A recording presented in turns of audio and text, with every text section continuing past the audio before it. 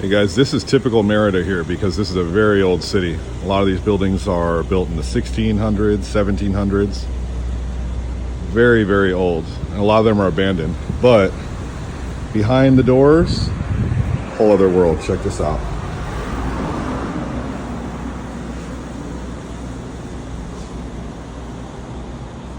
This is how a lot of Merida is. Really, really nice places.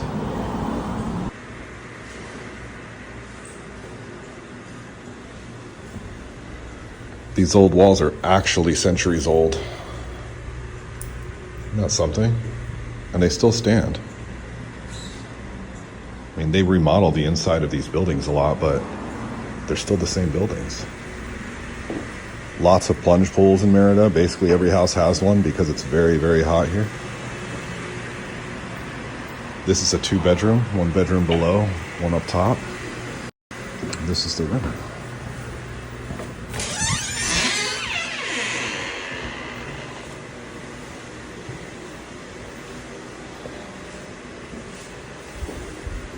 Everything here is so historic, so authentic, so charming. It's such a cool city, it really is.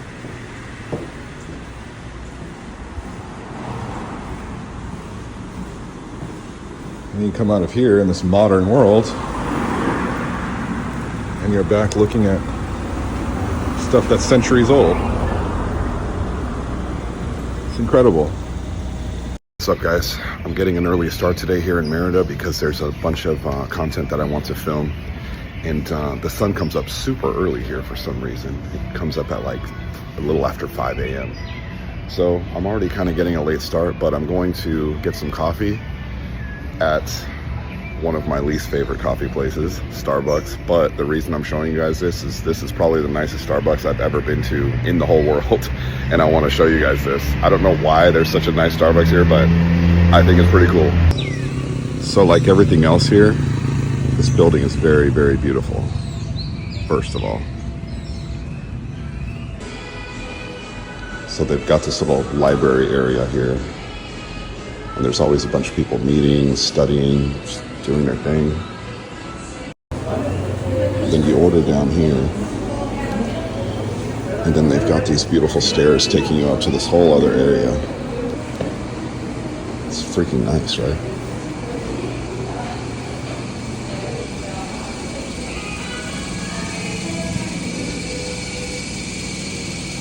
Whenever I get out and about exploring the world, I always try to start super early because that's when you can see everything without being cluttered by people. So I like to start about sunrise. And the bathrooms are nice here. This place is wild. So Merida has a lot of wealth, and there are various reasons for that, but apparently it's always had a lot of wealth. And because this is a 500-year-old city and it was an imperial capital of a big region of this part of Mexico, what used to be Spain, you end up getting stuff like this.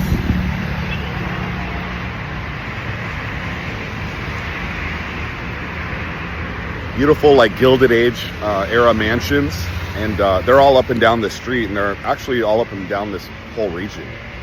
And interestingly, a lot of them are totally dilapidated and old and abandoned, but literally this big and this beautiful. But on the main streets, like the sort of scenic tourist boulevard, they're all renovated like this. Very beautiful one. Very impressive, very large building. And it's right next to the last one I showed you, if you notice. But this one, you guys are going to find this interesting, especially those of you guys who are into the whole crime and corruption runs the world philosophy that I have, which is true. This is a bank. This big, beautiful building's a bank. And as you'll find, as I walk down here and show you guys this stuff, a lot of the biggest, grandest, most beautiful buildings here are banks. And that is because whenever you have a region where the source of funding is mysterious, but there's abundant banks, and banks are the biggest, nicest buildings in town, there's something going on. And there's some kind of reason why so much money is flowing through that area, and it's not obvious. And that's probably something. Here's a particularly nice one that everyone seems to love. Check this out.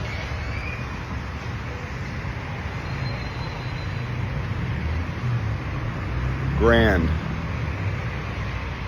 This is the kind of stuff you see in Monaco, south of France. So I've been there, and the buildings look exactly like this. But this is not Monaco. This is Merida, the Yucatan Peninsula in Mexico. Who would have thought that you'd find stuff like this? And there's a lot of it. Here's something you guys will like. That's the last building I showed you. Here's another Gilded Age era kind of building. Then you have something very Mayan inspired. Kind of looks like an old Mayan temple. It's definitely not, but this is the style. So Gilded Age, Maya, boom, Gilded Age again. We have these two huge, beautiful buildings, probably hotels of some kind. Very, very impressive. These two are some of my favorite ones here. And I'll show you these. So this is like some Versailles Palace shit. And it's right here in town on the main street in Merida.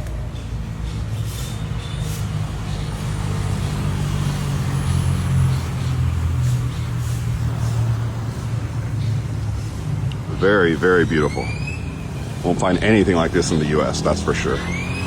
And the flight here from Texas is only 2.5 hours. It's amazing. Then again on this main street, we've got this beautiful building. Check this out. The details of this building are amazing.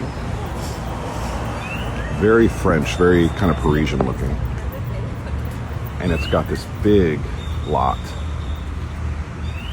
So I just spoke to like a worker here, and he said they're renovating this to make it into a restaurant, which I think would just be magnificent. Beautiful building, beautiful location. You won't find anything like this, I don't think, in this whole continent, maybe. Here we have yet another stunning, big Gilded Age building. Very beautiful architecture, very big lot. Guess what it is? The bank. Another bank that looks like this.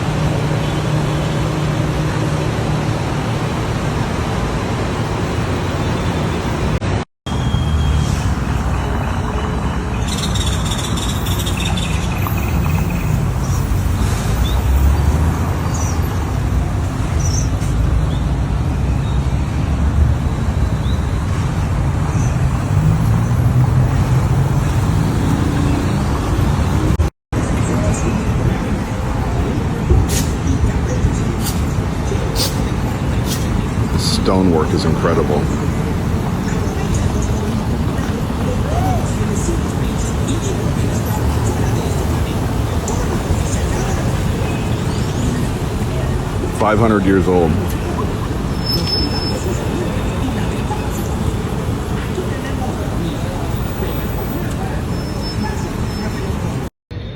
So something that I look for anytime I travel somewhere, if I'm considering potentially living there in the future, I like seeing a lot of integration between the local population and foreigners and tourists in enjoying whatever makes that place great. So if a place has public parks, if a place has good infrastructure, good shopping, lots of stuff like that to do.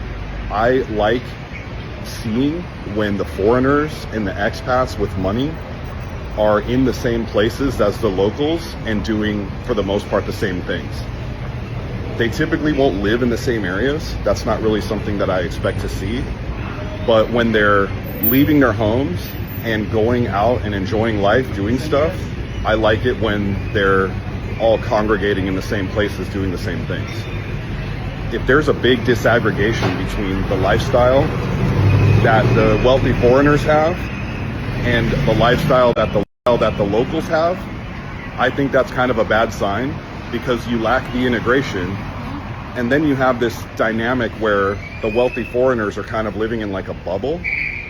And of course they think whatever community is great because they're safe and everything's clean and well maintained and expensive. And they think it's great. But if outside of that bubble, you have a lot of poverty, you have broken infrastructure, you have crime, things like that, I think that bodes poorly for the long-term stability of that arrangement, because eventually you're going to have resentment that builds up, and there's either going to be like property crime against the wealthy foreigners because it's just easy to steal from them,